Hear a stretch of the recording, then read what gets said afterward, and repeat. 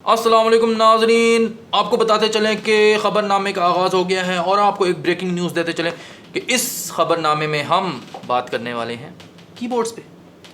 एक आपके सामने पड़ा है मासूमाना कीबोर्ड, दो इधर भी पड़े हैं, दो ब्रांडेड हैं और एक चाइनीज़ है। आपको फ़र्क बताएंगे। लेकिन अगर आप टेक्निकल गुफ्तगू में नहीं पढ़ना चाहते और आप चाहते हैं कि आप जाएँ और जाके कीबोर्ड ले लें, तो जाएँ ले लें कीबोर्ड। आप ये वीडियो क्यों देख रहे हैं? चलें इंट्रो को रोल करते हैं और फिर आपको बताते हैं टेक्निकल डिटेल्स। सो टाटा बाय बाय।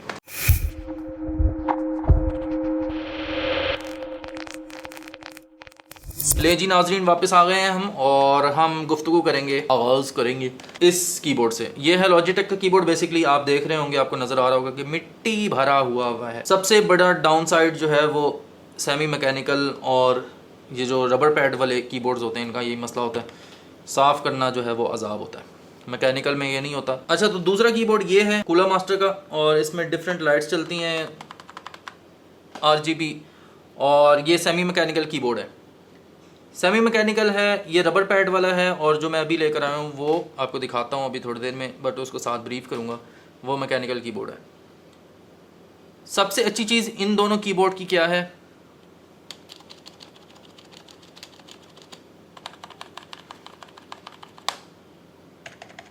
कम आवाज़ जो है वो इनकी खसूसियत है। और इसका डाउन साइड, इन दोनों कीबोर्ड का जो सबसे बड़ा डाउन साइड है वो ये है कि इसको साफ़ करना इंतहाई मुश्किल है, क्योंकि कीज़ तो निकलती नहीं है। आप ब्लोअर मारो, जो मर्ज़ी करो, जो इनके अंदर चली गई हैं साइडों पे, उसकी मिट्टी निकालना बड़ा मुश्किल हो जाता है। तो ये आपके पास 3 कीबोर्ड्स हैं।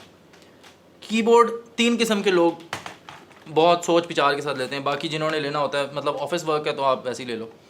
एक तो वो लोग जिन्होंने टाइपिंग करनी है, एक दूसरे वो लोग जिन्होंने गेमिंग करनी है, और तीसरे वो लोग जिन्होंने कोडिंग करनी है। ये 3 लोग सोच विचार के साथ अपना कीबोर्ड लेते हैं।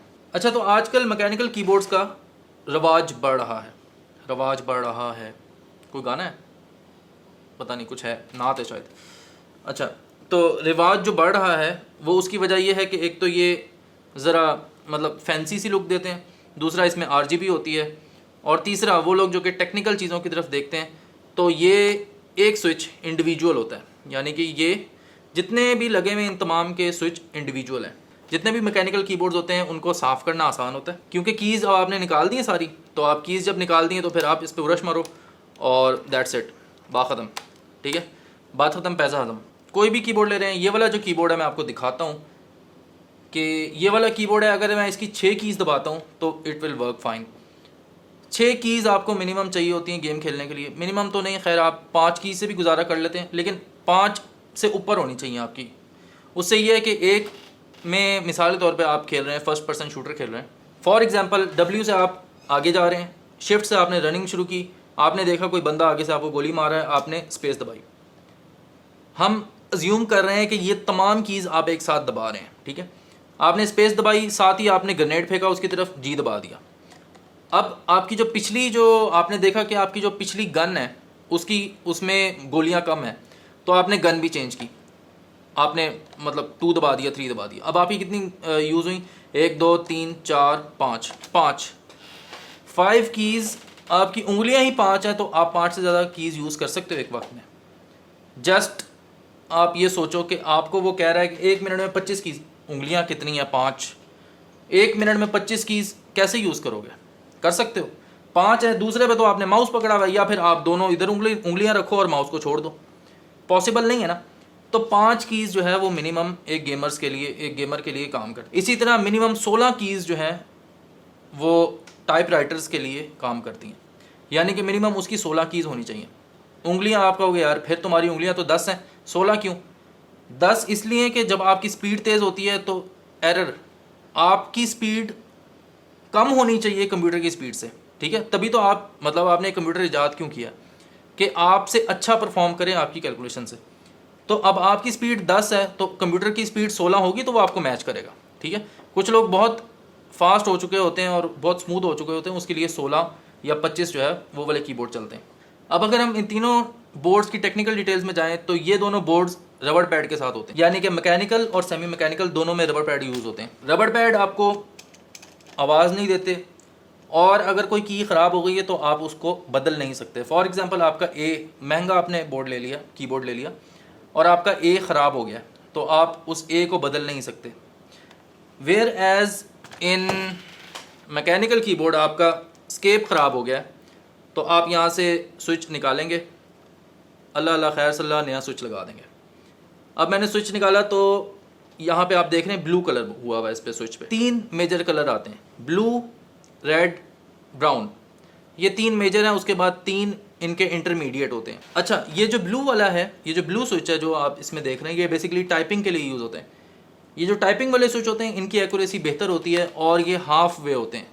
हाफ वे का मतलब क्या हुआ कि मतलब आपने आधा अभी आपने दबाया ही है तो वो ऑटोमेटिकली क्लिक होकर रिस्पॉन्स कर देगा बिफोर कि आपको टिक की आवाज़ आए। अब ब्लू वाले का फ़ायदा ये होता है कि फॉर एग्जांपल आपने जल्दी जल्दी में टाइप कर रहे हैं और कोई की जो है वो हाफ प्रेस हुई है तो आपको अब वहाँ पे आपने जब सेंटेंस ख़त्म करोगे फिर पढ़ोगे ना तो आप वहाँ देखोगे अच्छा ओ मसला हो गया। लेकिन जब आप ब्लू वाला यूज़ करोगे तो वो हाफ वे कैप्चर कर लेगा, आपका वहाँ पे शो हो जाएगा इवन के आपकी जो की है वो पूरी प्रेस नहीं हुई। लेकिन फिर एक स्विच होता है जो कि रेड होता है, रेड वाला गेमिंग के लिए होता है, वो फुल प्रेस होता है। क्यों होता है फुल प्रेस? जब आप गेमिंग करते हैं क्योंकि ये थोड़े सेंसिटिव होते हैं और जो रेड वाले होते हैं वो सेंसिटिव नहीं होते। आपने दबा के डब्ल्यू दबाया हुआ है, जाई जा रहे हो जाई जा रहे हो जाई जा रहे हो, समझ रहे हो।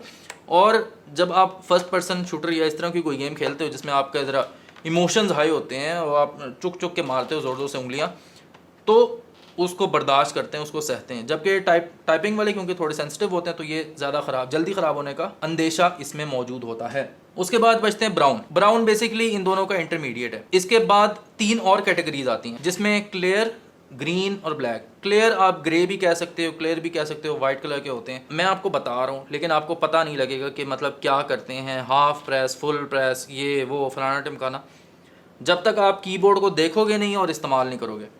अब इसका तरीका ये होता है कि आप वहाँ पे जाओ उस बंदे के पास, अगर आप टाइपिंग करते हो करो टाइप, ठीक है, टाइप करो, देखो आपकी उंगलियाँ बैठ रही हैं सही और क्या आपकी उंगलियों से छोटी तो नहीं है कीज़ या बड़ी तो नहीं है, उनके दरमियान में जो खला है वो ज़्यादा तो नहीं है, कम तो नहीं। ये चीज़ें आपने चेक करनी होती हैं ताकि आपकी जो स्पीड, जो आपका पिछला कीबोर्ड है जिस पे आपने सालों या महीनों लगाए हैं और आप आपकी जो ग्रिप है उस पर बहुत अच्छी है। अब ये ना हो कि आपको एडजस्ट करते हैं उंगलियां आप ढूंढ रहे हो कि भाई की किधर चली गई। स्विचेस के बाद जो चीज़ आती है वो आती है इनकी लेयरिंग। कीज़ की बेसिकली 5 किस्में होती हैं, यानी कि कीज़ की कैसी शक्ल है और कितनी ऊंची है, कितनी राउंड है, बॉक्सी है, कैसी शेप है, ये 5 हिस्सों में डिवाइड होती हैं आपको जितने भी कीबोर्ड मिलेंगे। अब आपके सामने मेरे 3 कीबोर्ड्स पड़े हैं, तीनों की जो कीज़ हैं उनकी स्पेसिंग है, उनकी शेप है, डिफरेंट है। अब ये मेरा लॉजिटेक का है, इसका स्ट्रक्चर उन्होंने ऐसे बनाया कि कीज़ ऊपर से नीचे की तरफ आ रही हैं, जैसे पहाड़ से नीचे उतरते हैं आप उस तरह से कीज़ हैं। अगर आप इस कूलर मास्टर की देखें, कीज़ कूलर मास्टर की देखें तो इन्होंने क्योंकि गेमर्स को सामने रखते हुए बनाया तो इनकी जैसे खाई होती है ऐसे है, ठीक है, यानी कि ए वाली जो लाइन है, ASD वाली जो लाइन है वो ऐसे है, बाकी ऊपर की तरफ जा रही हैं, ठीक है, यानी कि आप ऐसे करके बैठे हुए गेम खेल रहे हैं। उसके बाद ये वाली टाइप है, इसमें भी मैकेनिकल की जो शेप है, इसमें W वाली जो लाइन है यानी कि QW वाली जो लाइन है ये सबसे नीची है, बाकी 3 लाइन नीचे की ऊंची हैं और ऊपर की 2 लाइन ऊंची हैं, ठीक है। तो ये स्ट्रक्चर जो है, स्ट्रक्चर डिफरेंस और फिर इनकी शेप, कुछ राउंडेड होती हैं, आप देखते होंगे कीबोर्ड राउंडेड होते हैं, उन कुछ राउंडेड नहीं होते, कुछ जो है उनके ऊपर टेक्सचर होता है। तो ये था बेसिक कंपैरिजन। फॉर एग्जांपल अब आपने इरादा कर लिया है कि तीनों में से आपने एक कीबोर्ड लेना है, आपको फॉर एग्जांपल पसंद आया सबसे सस्ता वाला, ये मैंने जब लिया था तब 600 रुपये का था ये वाला, और ये 4500 ये इतने का था कूलर मास्टर का, और वो जो अभी मैंने लिया ये मुझे 2500 रुपये का पड़ा। तो 2500, 600 और 4000, ये आप डिफरेंस आपके सामने है।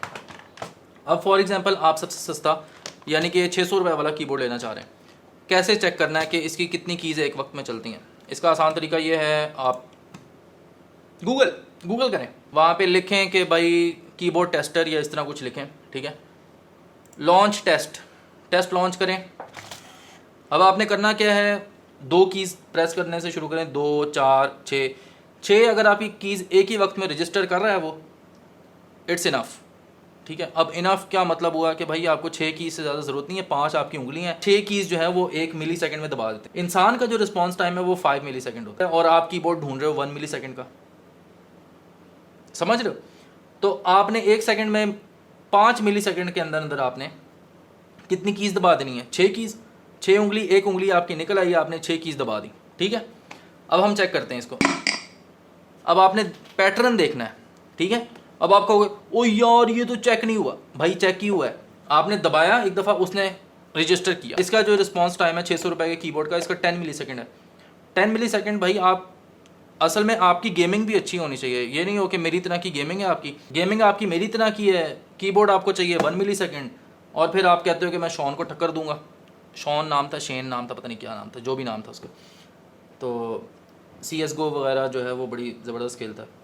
खैर, अब आपने यहाँ पे पढ़ना है, पैटर्न सेम है। अगर पैटर्न सेम है तो मीन्स कि इसने वही 5 कीज़ जो आपने दबाई थी वो रजिस्टर की हैं। आप इन सारी कीज़ को बारी बारी चेक कर सकते हो। आपकी 5 उंगलियां हैं, आपने 5 उंगलियों से काम किया है। और आपका जो माउस है भाई, माउस भी तो किसी काम आएगा ना।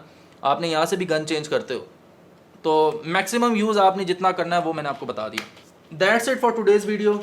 बत्तियों की मैंने बात नहीं की। आई हेट RGB लाइट्स जो कि उछल कूद कर रही होती हैं। अगर आपने देखा हो मेरी वीडियो जितनी भी, तो ये नीली लाइट चल रही है, और ये नीली लाइट को मैंने काफ़ी कम किया हुआ है। फॉर एग्जांपल मैं अगर आपको दिखाऊं तो ये लाइट मैंने इसको डिम किया हुआ है। इसको डिम करने की वजह ये है कि भाई ये लाइट भी मुझे चुभती है आंखों में, तो RGB वाले कीबोर्ड मैंने क्यों लेने। अब आप कहोगे यार इसमें तो लाइट चल रही है, ये इसकी स्टैटिक लाइट है, और वो जो लाइट्स जो उछल कूद कर रही होती है ना, वो भी मुझे बिल्कुल पसंद नहीं है। अब मुझे ढूंढना पड़ेगा भाई इसको। अब ये स्टैटिक है इस पॉइंट पे, और ये वाला भी अगर आप देखो तो ये भी स्टैटिक है। तो आई लाइक स्टैटिक, और ज़्यादा आंखों में चुभे नहीं। और अगर आप देख रहे हो तो आपको ये नज़र आ रहा होगा पीला सा, स्क्रीन जो है वो मेरी पीली नज़र आ रही है। मैं इसको पीली रखता हूँ, और इसके साथ साथ मैं अपनी स्क्रीन को डिम करके रखता हूँ। 40% पे डिम होता है अभी, क्योंकि यहाँ पे बहुत ज़्यादा लाइट है और मैं पसीने से भीग रहा हूँ।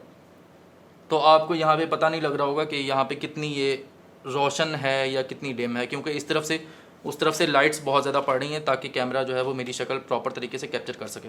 अब मेरी प्रेफरेंस क्योंकि ज़्यादातर वो सेमी मैकेनिकल या रबर पैड वाले कीबोर्ड्स की होती है, उसकी वजह यह है कि उनकी जो प्रोफाइल है वो थोड़ी सी लो होती है, और आपको ऐसा नहीं लगता कि आपकी जो कीज़ हैं वो उठी हुई हैं और आपने यूँ करके पकड़ा हुआ है जैसे कौवों ने या तोतों ने पकड़ा होता है। That's it for today's video. Thank you so much for watching. चलते चलते इस दुआ के साथ कि आप अपना ख्याल रखेंगे, मैं अपना ख्याल रखूँगा, आप अपने आसपास के लोगों का ख्याल रखेंगे।